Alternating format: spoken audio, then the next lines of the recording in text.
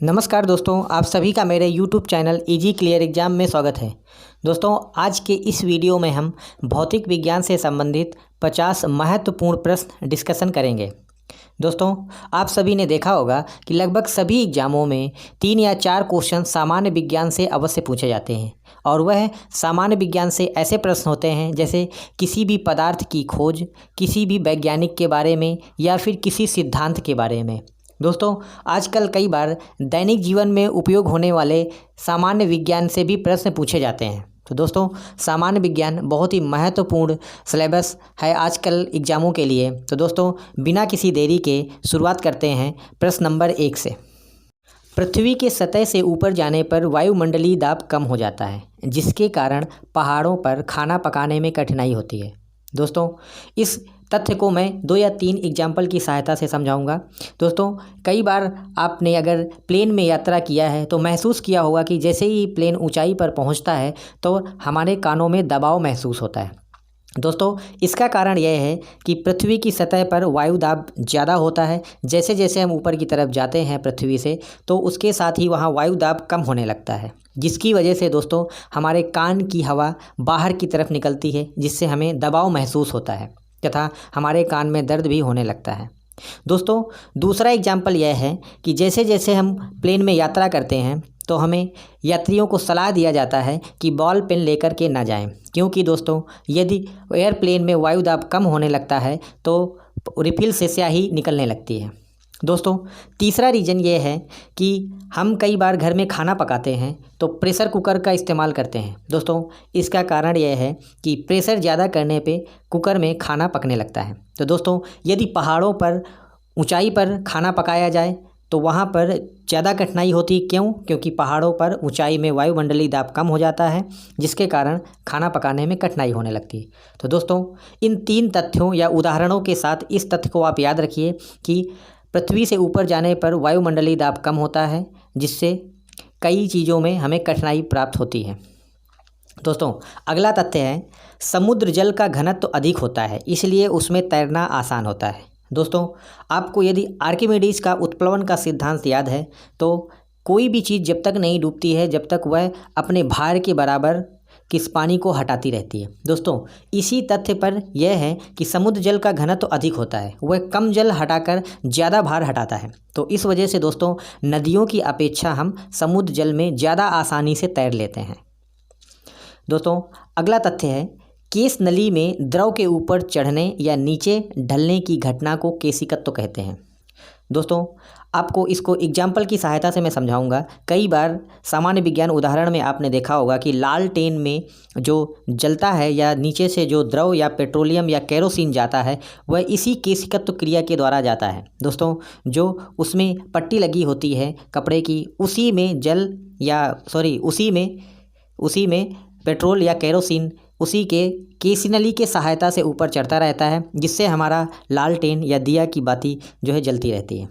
अगला तथ्य है दोस्तों 2 आकाशीय पिंडों के बीच लगने वाले बल को गुरुत्वाकर्षण बल कहते हैं, लेकिन पृथ्वी जिस बल के कारण किसी वस्तु को अपने केंद्र की ओर खींचती है उसे गुरुत्व बल कहते हैं। दोस्तों, एक एग्जाम्पल की सहायता से मैं बताऊंगा। सूर्य के चारों तरफ पृथ्वी घूमती रहती है। दोस्तों, सूर्य भी एक आकाशीय पिंड है तथा पृथ्वी भी एक आकाशीय पिंड है। दोस्तों, इसी गुरुत्वाकर्षण बल के कारण पृथ्वी सूर्य के चारों ओर घूमती रहती है। तो दोस्तों, 2 आकाशीय पिंडों के बीच जो बल लगता है उसको हम गुरुत्वाकर्षण बल कहते हैं। लेकिन दूसरा क्या है? पृथ्वी जिस बल के कारण किसी वस्तु को अपने केंद्र की ओर खींचती है उसे हम गुरुत्व बल कहते हैं। दोस्तों, यही गुरुत्व बल अगर पृथ्वी के ऊपर या नीचे जाते हैं तो घटता जाता है। दोस्तों, इसको हम जी से नोट करते हैं, ABCD के जी लेटर से नोट करते हैं। दोस्तों, पृथ्वी के ऊपर या नीचे जाने पर जी का मान घटता है। दूसरा महत्वपूर्ण तथ्य है दोस्तों विषुवत रेखा पर जी का मान सबसे कम होता है। विषुवत रेखा क्या है? दोस्तों, पृथ्वी को एक काल्पनिक लाइन के द्वारा बीचों बीच से विभाजित किया गया है। इसी रेखा को हम विषुवत रेखा कहते हैं या फिर इस रेखा को हम 0 डिग्री लाइन भी कहते हैं। तो दोस्तों, याद रहे विषुवत रेखा पर जी का मान सबसे कम होता है। यदि पृथ्वी के ऊपर या पृथ्वी के नीचे हम जाते हैं तो जी का मान घटता जाता है। दोस्तों, 7वां तथ्य है पृथ्वी जनित त्वरण जी का मान सबसे अधिक होता है, यानी पृथ्वी के द्वारा जो गुरुत्व बल लगता है वह सर्वाधिक होता है। तो दोस्तों बढ़ते हैं अगले तथ्य की ओर। गुरुत्व जनित त्वरण यानी जी का मान वस्तु के रूप, आकार या द्रव्यमान पर निर्भर नहीं करता है। दोस्तों अगला तथ्य है पृथ्वी के घूर्णन गति बढ़ने पर जी का मान कम तथा घूर्णन गति घटने पर जी का मान बढ़ जाता है। दोस्तों पृथ्वी दो प्रकार की गति करती है। पहली, वह अपने अक्ष पर चारों ओर, जिससे दिन और रात होती है, यानी पृथ्वी अपने चारों ओर 24 घंटे में एक चक्कर लगाती है तथा पृथ्वी 365.25 दिन में सूर्य के चारों तरफ एक चक्कर लगा लेती है।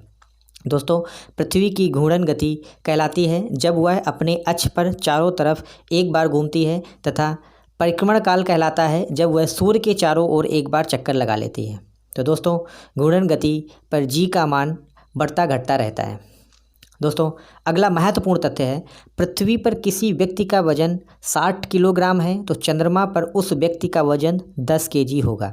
दोस्तों क्योंकि चंद्रमा का गुरुत्वाकर्षण बल पृथ्वी के गुरुत्वाकर्षण बल का 1/6वां भाग होता है। तो दोस्तों बढ़ते हैं अगले क्वेश्चन की तरफ।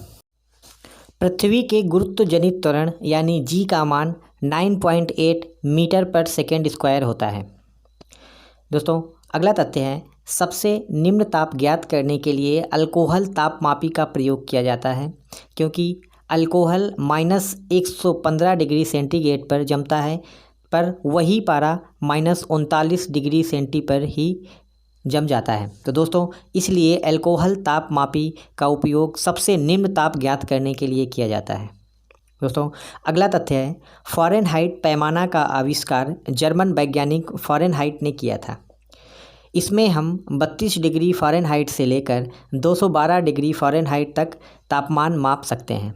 दोस्तों डिग्री सेंटीग्रेड तथा फ़ारेनहाइट का उपयोग ताप के मापन में किया जाता है। तो दोस्तों याद रखना फ़ारेनहाइट पैमाने का आविष्कार जर्मन वैज्ञानिक फ़ारेनहाइट ने किया था। बढ़ते हैं अगले क्वेश्चन की ओर।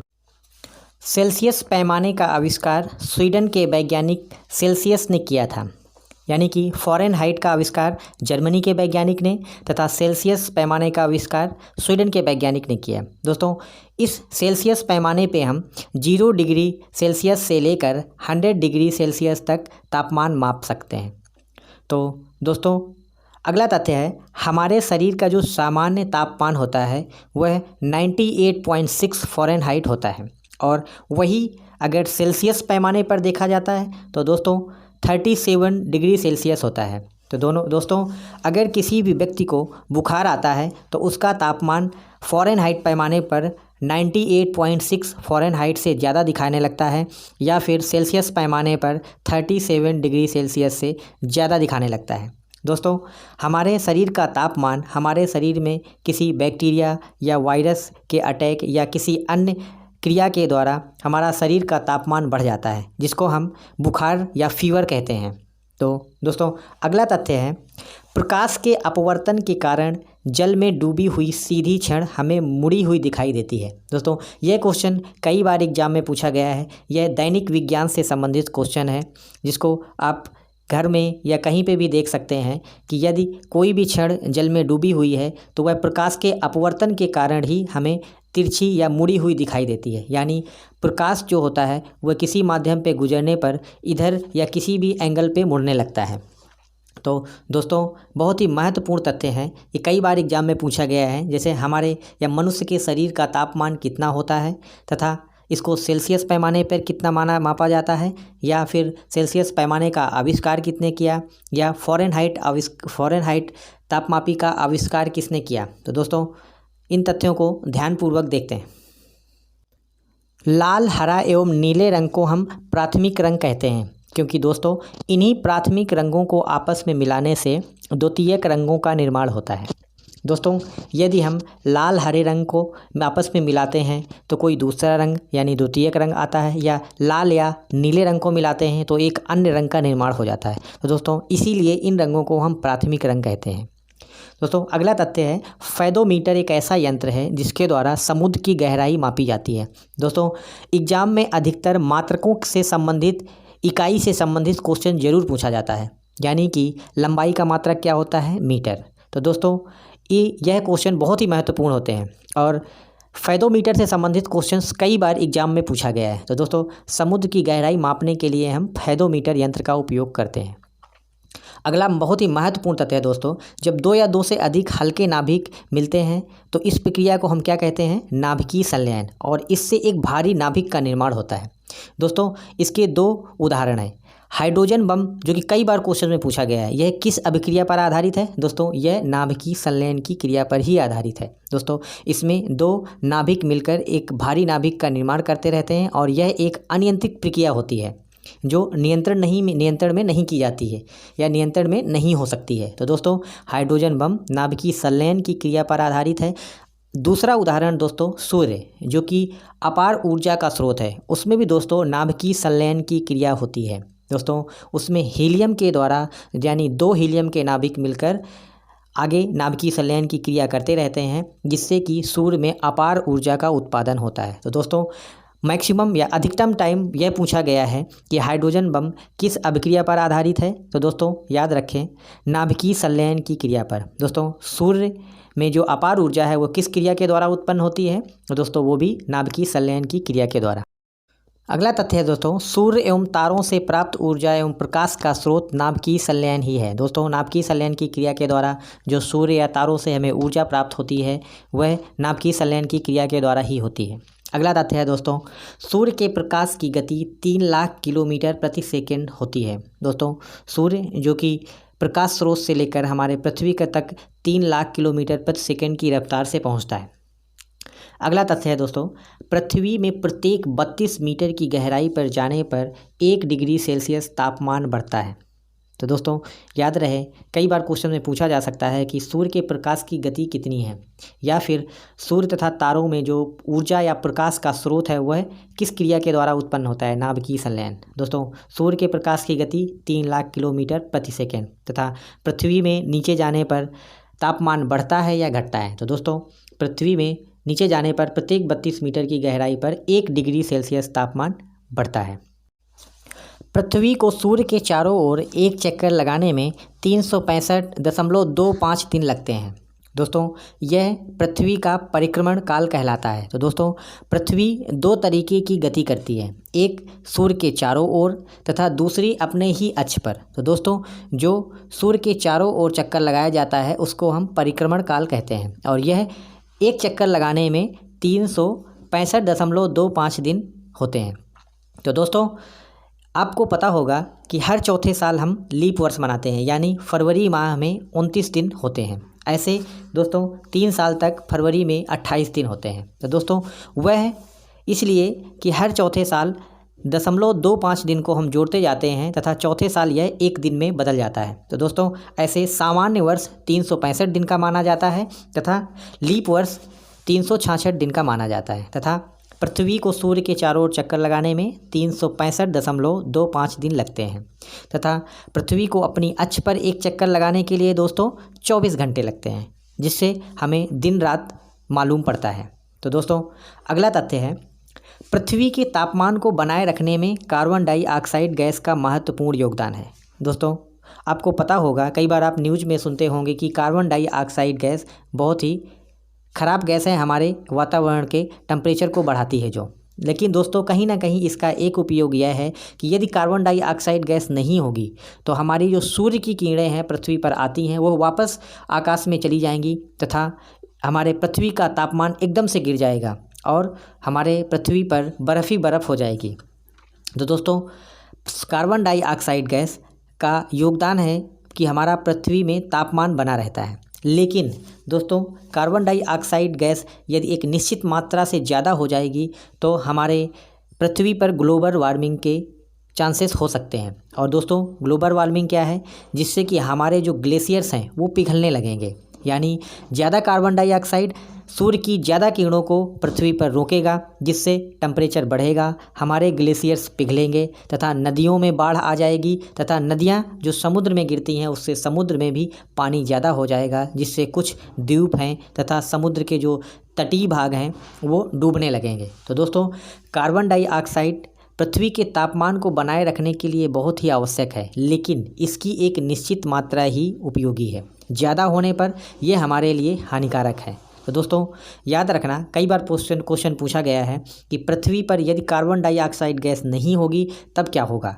यानी कि पृथ्वी पर कार्बन डाइऑक्साइड गैस का महत्वपूर्ण योगदान है तापमान को बनाए रखने के लिए। अगला तथ्य है दोस्तों, ध्वनि तरंगे शून्य में संचरण नहीं कर सकती। यानी कि निर्वात में ध्वनि तरंगों का संचरण नहीं होता है। यानी कि ध्वनि तरंगों को चलने के लिए एक माध्यम की आवश्यकता होती है। इसके विपरीत दोस्तों, जो सूर्य की प्रकाश किरणें हैं उनको चलने के लिए किसी भी माध्यम की आवश्यकता नहीं होती है, किंतु ध्वनि तरंगों को संचरण के लिए एक माध्यम की आवश्यकता होती है। और माध्यम जितना ही सघन होगा, ध्वनि तरंगों की गति उतनी ही ज़्यादा तेज होती है। दोस्तों इसका एक एग्जाम्पल मैं दूंगा कि यदि आप रेलवे की पटरी पर कान लगा के सुनते हैं तो आपको ट्रेन यदि बहुत दूर है तो भी आवाज़ सुनाई पड़ती है, किंतु अगर आप ऐसे ही रेल की पटरियों से दूर खड़े होकर सुनेंगे तो हो सकता है कि उतनी तेज़ी से ट्रेन की आवाज़ आपको ना सुनाई दे। तो दोस्तों जितना ही सघन माध्यम होगा, ध्वनि तरंगों की गति उतनी ही तेज होगी। तो यानी क्वेश्चंस कई बार पूछे गए हैं कि किन किरणों को चलने के लिए माध्यम की आवश्यकता होती तथा किन किरणों को चलने के लिए माध्यम की आवश्यकता नहीं होती। तो दोस्तों जो हमारी प्रकाश किरणें हैं ये विद्युत चुम्बकीय तरंगे हैं जिनको चलने के लिए माध्यम की आवश्यकता नहीं होती है। तो दोस्तों यह 50 भौतिक विज्ञान के महत्वपूर्ण क्वेश्चंस थे जिनको हमने भाग 1 में 25 तथा भाग 2 में